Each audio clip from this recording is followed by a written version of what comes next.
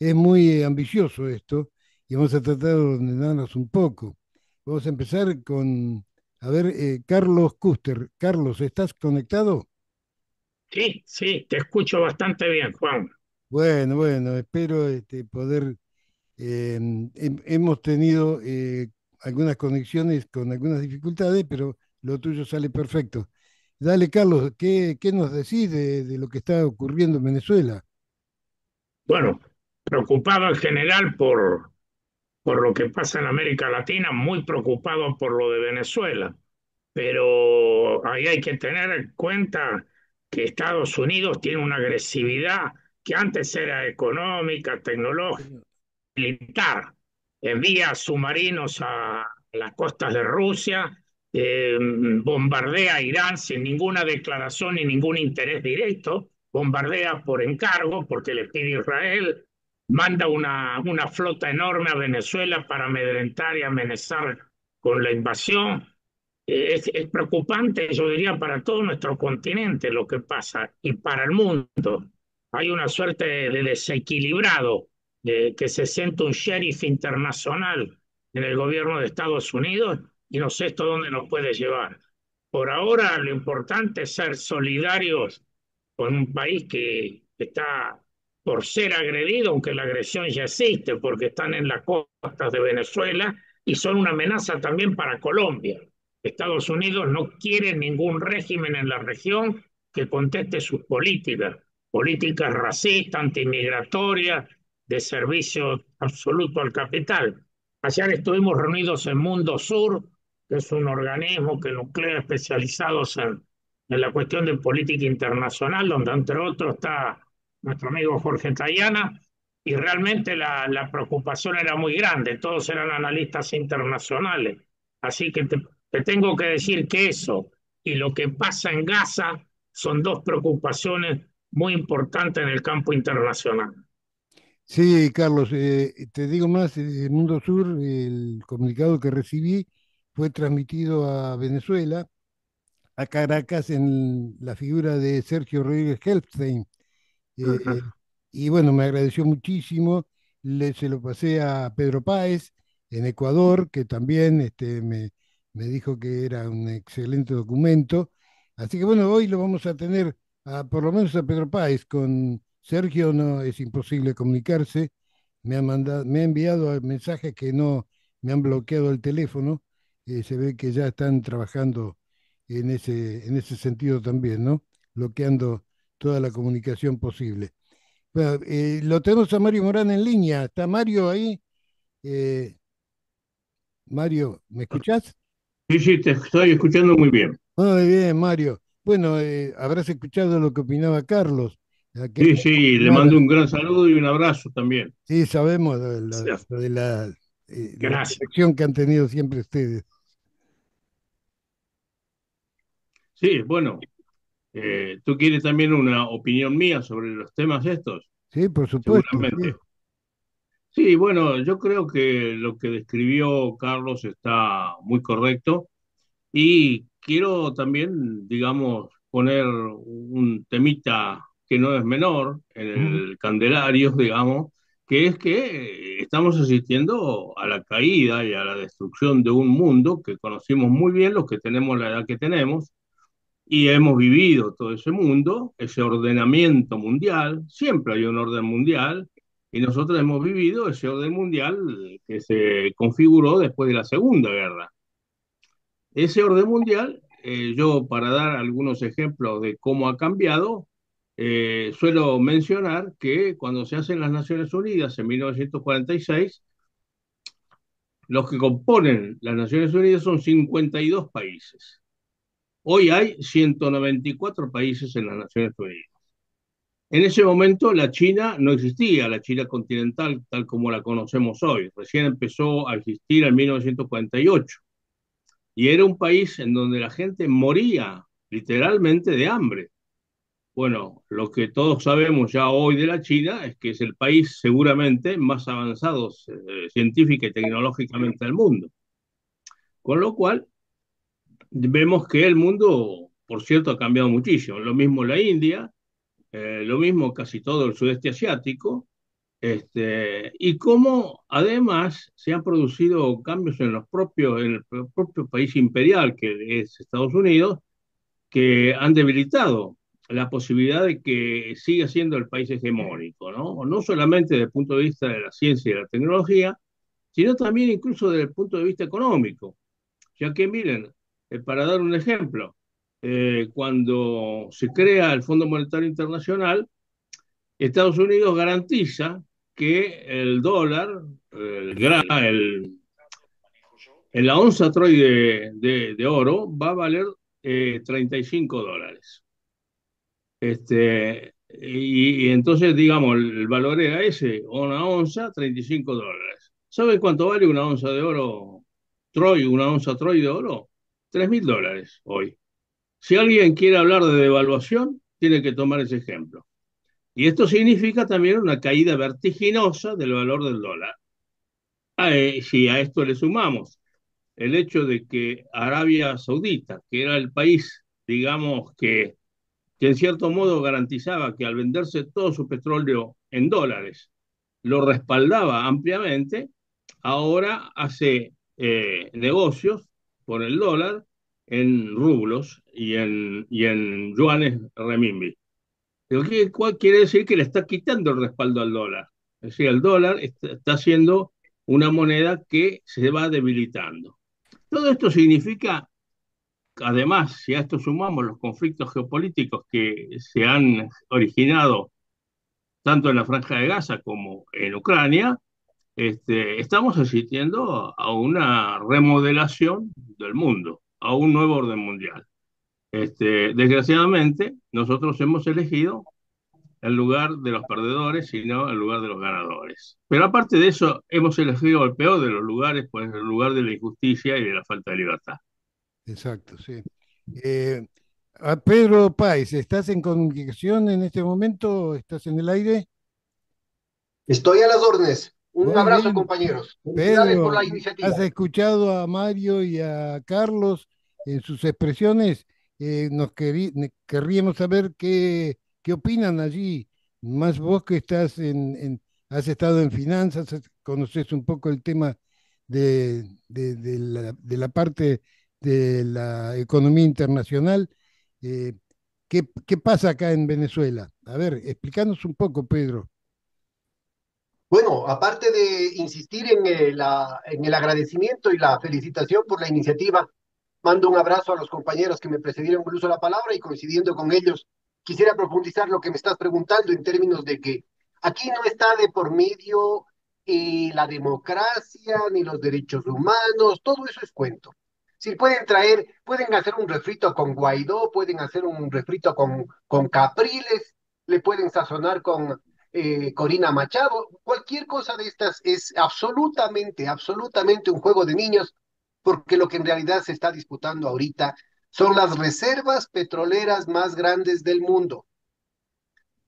Y en el caso específico de Venezuela, estamos hablando de un crudo pesado para el cual han sido adecuadas la mayoría de las refinerías, sobre todo las del Golfo de México, de los Estados Unidos. Es decir, los Estados Unidos no pueden sustituir el crudo venezolano con otro tipo de crudo porque necesitan una determinada composición, una determinada densidad, un determinado espesor, si ustedes quieren, del crudo para poder ser procesado. Y esto se da en el contexto de un proceso en el que aquello que hace 10, 15 años provocó el boom de la producción gringa de petróleo, los esquistos, o sea, el shale oil y el shale gas, eh, con técnicas parecidas a las que ustedes tienen allá en Argentina con el yacimiento de Vaca Muerta, y ahora han llegado a su fin, es decir, estamos hablando de un ciclo en el que la capacidad de sustituir importaciones petroleras por parte de los Estados Unidos se está cayendo, es decir, esto durará un par de años más y las necesidades de abastecimiento energético de los Estados Unidos se vuelven críticas, más aún cuando la trampa de Ucrania se ha vuelto en contra de los propios Estados Unidos y más bien ha contribuido al fortalecimiento de una posición de defensa de los recursos naturales que incluye tanto a los países de la OPEP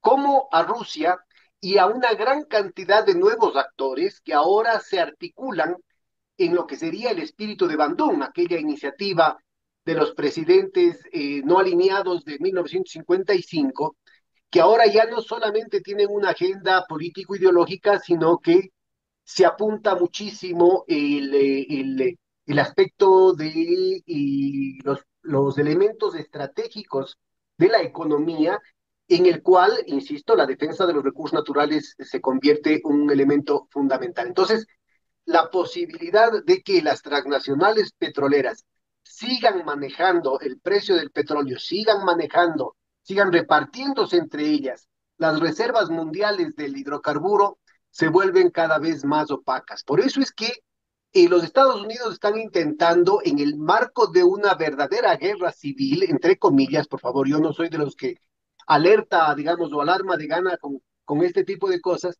pero ahora por primera vez en muchas décadas tenemos una verdadera guerra civil al interior del bloque dominante de los Estados Unidos y Trump expresa los niveles de desesperación, pero también los niveles de conflictividad que se está dando en la disputa del poder dentro de los Estados Unidos y su proyección mundial. En esa desesperación, en esa dificultad que tienen, para Trump resulta particularmente delicado el garantizar que la provisión del petróleo venezolano, insisto, tan adecuado para las especificidades técnicas de su instalación de refinación, pero también tan cercano, estamos hablando de a la vuelta de la esquina, está frente con frente, cruzando solamente el mar Caribe, en contra de lo que significaría a veces darle la vuelta al mundo y para conseguir un sustituto, vuelve a esta maniobra de amedrentamiento,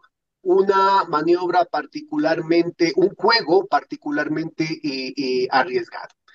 Los Estados Unidos han estado desde hace muchísimo tiempo refinando su papel de actuar como loco, ¿no? Esto en teoría de juegos inclusive tiene una formulación, el famoso Daniel Ellsberg de la CIA que filtró los papeles del Pentágono durante la guerra de Vietnam y que documentó todos los abusos que había hecho el ejército del gobierno norteamericano en contra de la población vietnamita en los años 60 y en los años 70, es justamente uno de los teóricos de esta situación. Básicamente es actuar como el borrachito del barrio, cosa que todo el mundo le tenga miedo, uno no sepa a qué mismo atenerse, genera uno lo que se conoce como una incertidumbre estratégica y dentro de esas bravuconadas, ¿no es cierto?, la capacidad de negociar aumenta. El problema con Trump es que ha sobreutilizado este mecanismo, que insisto, ha sido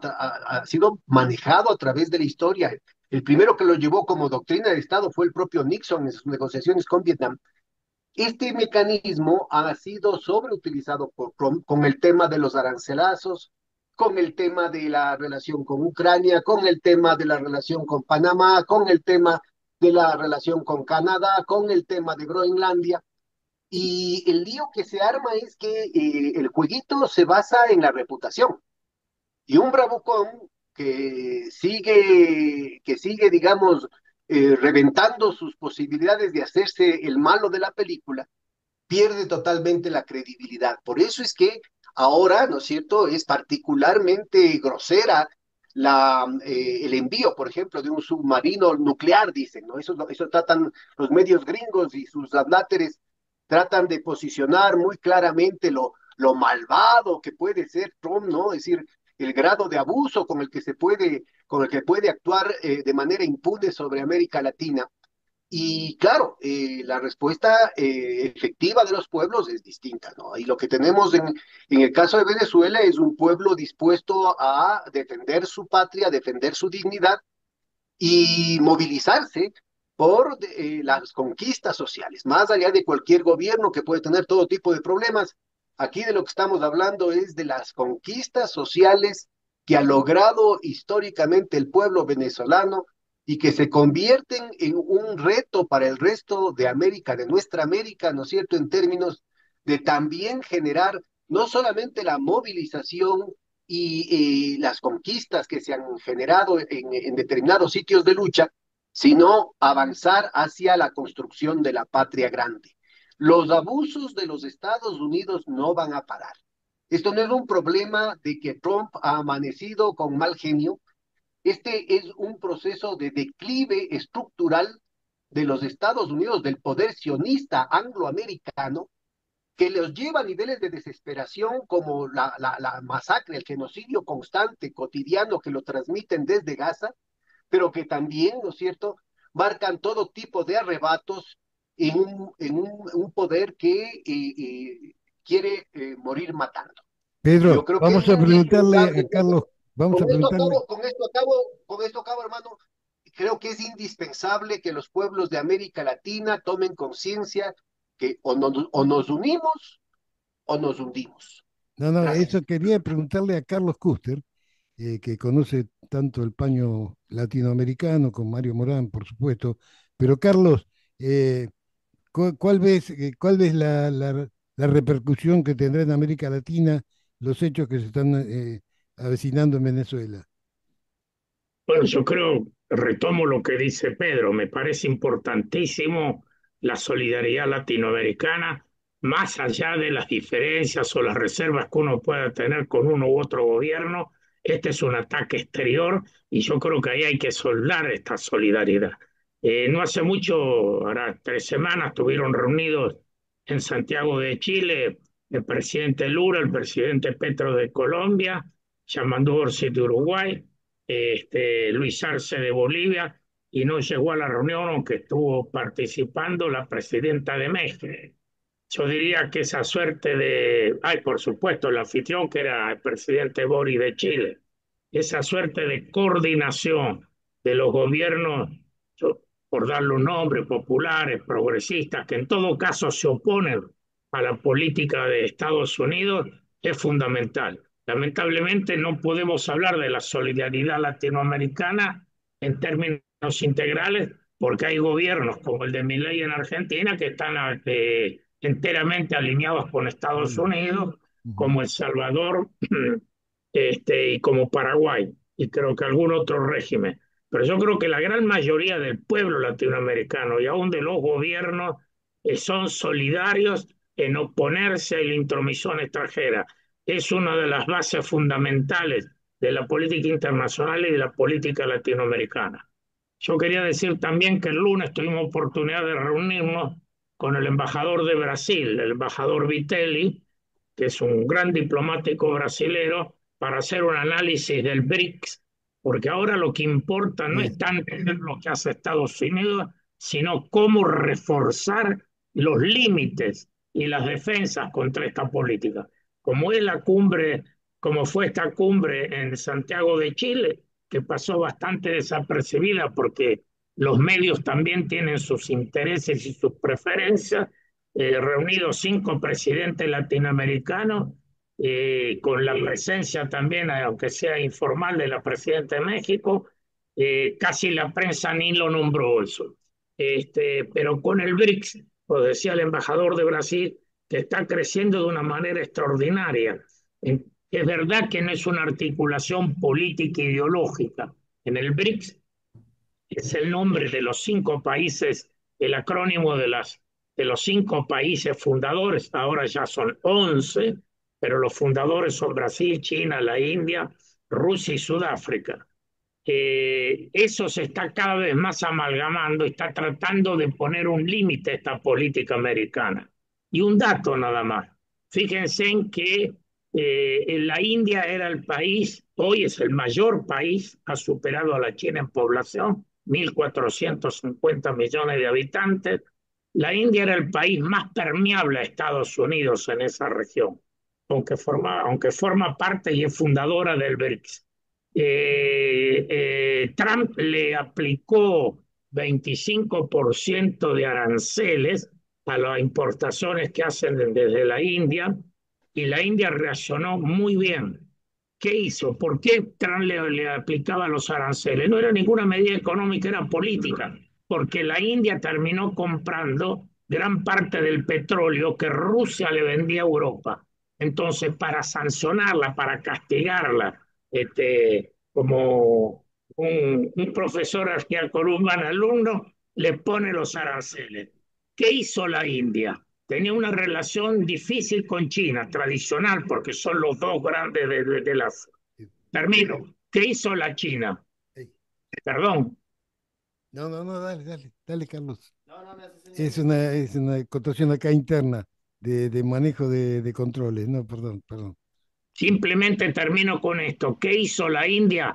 Aproximarse cada vez más a China.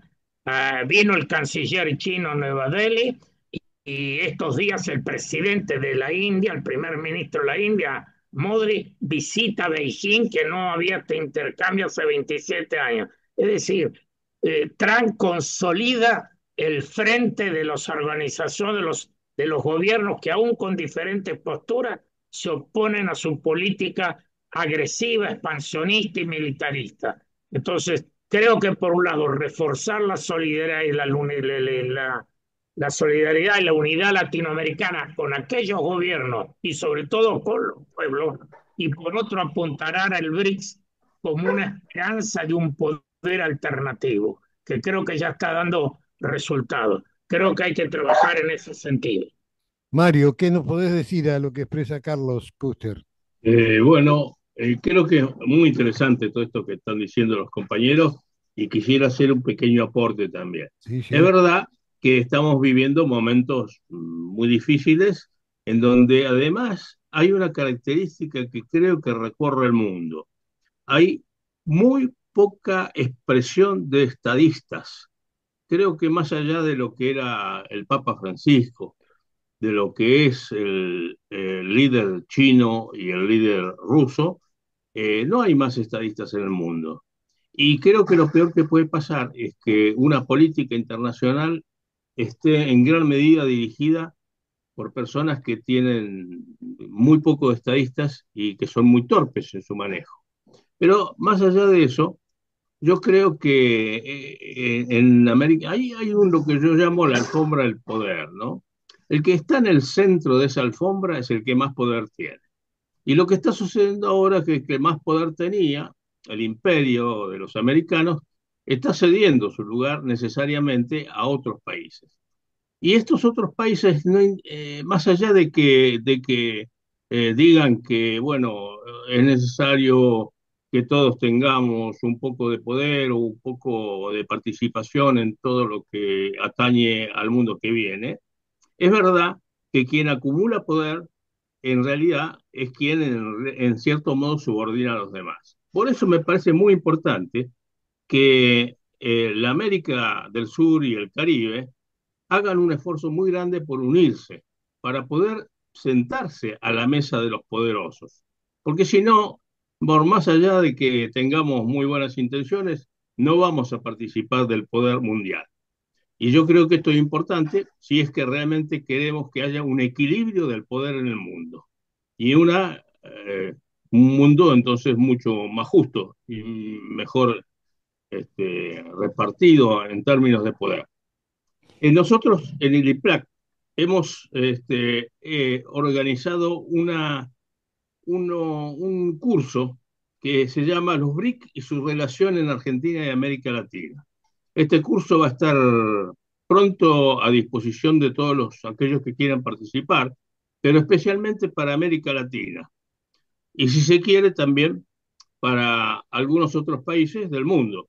Pero de todas maneras, en este curso van a participar personas sumamente importantes, como Julio Fernández Baráibar, Eric Calcaño, Eduardo Tonelli, Héctor Amichetti, Sergio Palazzo, Hugo Yasky, Eduardo Bior, muchos de ellos conocidos por todos nosotros, y también va a estar el último embajador de Argentina en la China, que ahora no me acuerdo el apellido, pero Vaca Narvaja, ahí está.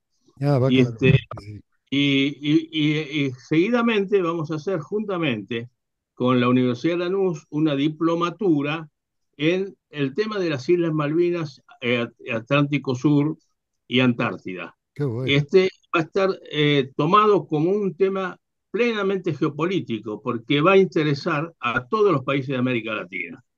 Y yo creo que estos son pequeños pasos que nosotros tenemos que ir dando en cada una de nuestras organizaciones para ir cimentando el futuro de nuestros países. Y yo creo, bueno, en definitiva, que esto es lo único que en definitiva puede servirnos para ganar en poder y para tener una presencia en el mundo más relevante de la que ahora tenemos. Pedro Páez, ¿vos ves el BRICS como una alternativa válida dentro de la economía mundial? Bueno, más allá de la institucionalidad que pueda ir configurando los BRICS, que no acaban, ¿no? Es decir, eran cuatro hasta hace unos 2 añitos, 3 añitos, ahora ya son más de 30 y están buscando mecanismos de articulación. El concepto es lo importante, es el tema de la multipolaridad, es decir, es contrarrestar no solamente el dominio en el plano geopolítico de los Estados Unidos o del eje sionista angloamericano, para ponerlo así, que está justamente en declive, sino también en el plano económico, en el plano financiero, en el plano tecnológico, y generar un espacio para que las distintas civilizaciones, las distintas tradiciones culturales de los distintos países puedan proyectarse a nivel internacional con la misma dignidad y con el mismo derecho a aportar a un enriquecimiento del horizonte civilizatorio. El punto fundamental aquí es cómo hacerlo. Como bien decía hace un momentito los compañeros, no se trata de buenas intenciones, sino cómo lo hacemos. Y ahí hay un punto que es crucial, que es la cuestión, por ejemplo, inmediata de una nueva arquitectura financiera, poder contar con mecanismos que nos salven, por ejemplo, en el caso inmediato de América Latina, algo que nadie está queriendo ver y que justamente el Papa Francisco lo peleó, inclusive desde el lecho ya de muerte, que es el tema de Jubileo 2025. Se nos viene, hemos caído ya en la nueva trampa de la deuda, una repetición exacta de la misma receta que tuvieron en los años 70, ya caímos en esa trampa y los países de América Latina tenemos ahora que unirnos, aprender de los errores de los años 80 y darnos cuenta que la única forma de enfrentar este otro tipo de agresión, que es igual de dañina y mortal que los atentados, los asedios, las invasiones, los golpes de Estado, las movilizaciones y revoluciones de terciopelo que los Estados Unidos han venido haciendo permanentemente en la historia de nuestro país, de nuestros países, pues es el tema de la utilización de la macroeconomía y de las finanzas como un arma de guerra. Entonces, sea por el lado del chantaje del Fondo Monetario Internacional, la banca internacional, sea por el lado de la desestabilización que generan los capitales golondrinos, los fondos buitres, etcétera, etcétera, sea por el lado de las amenazas militares como las que está sufriendo el hermano pueblo de Venezuela ahorita, América Latina tiene que darse cuenta que solamente uniéndose, solamente generando mecanismos, por ejemplo, un nuevo tipo de banca para un nuevo tipo de desarrollo, un nuevo tipo de mecanismo de compensación de pagos que permita fomentar los intercambios y la producción entre nuestros propios países sin depender de ninguna potencia extranjera. El hecho de que podamos contar con un fondo alternativo al Fondo Monetario Internacional para poder protegernos contra la volatilidad y la ferocidad con la que vienen estos fondos buitres, estos capitales especulativos a atacar nuestras economías para exprimirnos y terminar enriqueciéndose a costa de la vida de la gente. Solamente en esas condiciones podemos realmente empezar a construir nuestro futuro. Este incidente, este problema que ojalá no pase a mayores, no pase de ser otra bravuconada de Trump, tiene que servirnos para sacudirnos de todo tipo de ideologías, de todo tipo de velos de la realidad, para darnos cuenta que el proceso de unidad tiene que ser inmediato. Tenemos que avanzar, no se requiere ningún tipo de retóricas ni aspavientos, sino con medidas concretas que permitan ir resolviendo problemas específicos. Frente a la quiebra de la LADI, por ejemplo, ¿cómo hacen los países de América Latina para proteger y fomentar los intercambios entre nuestras cadenas de valor locales? ¿Cómo podemos fortalecer la integración productiva regional? Y allí es indispensable lo que hace tiempo se planteó aquí en América Latina, el sistema unitario de compensación regional. Ahora lo están haciendo todos los países del mundo. Y aquí en América Latina, donde surgió esa iniciativa, se lo ha olvidado y se lo ha pisoteado. Este es un tema que se lo puede resolver entre los bancos centrales en cuestión de semanas y podría generar muchísimas plazas de empleo, podría generar muchísimas opciones de inversión, no solamente de grandes empresas, sino también de la economía popular y solidaria, de las MIPIMES, para fomentar, ¿no es cierto?, las capacidades de defender la economía de la familia, de la comunidad. Estas nuevas formas de pensar la economía, estas nuevas formas de hacer realidad la solidaridad, tienen que convertirse en un plan, en una plataforma de lucha que la diplomacia de los pueblos tiene Bueno, tenemos alguna dificultad. Ya que nos llevar a están cortando, la ¿no? realidad A ver, espera. No, no va. lo antes. Bueno, bueno. Nos están ya alertando de que nos cortan el No, quedan servicio. 5 minutos, quedan. Nos quedan 5 minutos nada más. Agradecemos a Carlos Custer, Mario Morán y Pedro Páez, que han sido tan importantes para esta radio, esta humilde radio comunitaria de Pergamino. Es un lujo que esto lo vamos a elevar a YouTube, al espacio.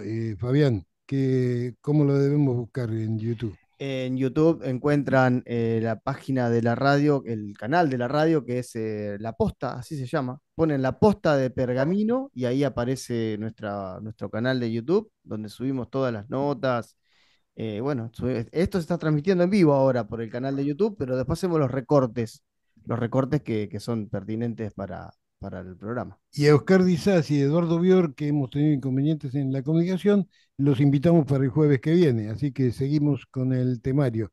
Eh, Carlos, Custer, Mario Morán, gracias, muchas gracias. Pedro Páez, maravilloso la exposición de ustedes. Esto lo vamos a seguir permanentemente y de acuerdo a las circunstancias que se van presentando, vamos a ir comunicándonos con ustedes. Así que bueno, Por el contrario, Juan, muchas felicitaciones por el esfuerzo tan grande que estás haciendo y el servicio a toda la comunidad y a América Latina en este caso por el esfuerzo. Y te agradecemos mucho, te mandamos un gran abrazo y te pedimos que persistas en el trabajo. muchas gracias, Mario. Gracias, Juan, a vos y a los colaboradores de la Posta de Pergamino. Carlos Buena Custer, continuidad. un orgullo para nosotros haber tenido a una personalidad como el compañero casi hermano Carlos Custer.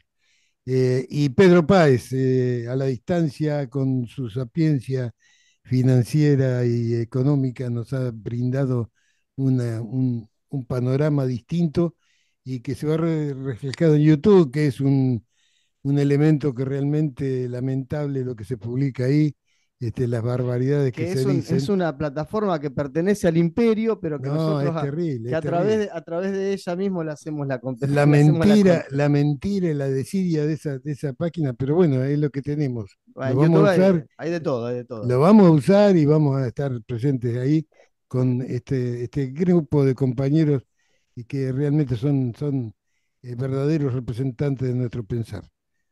Gracias, a todos.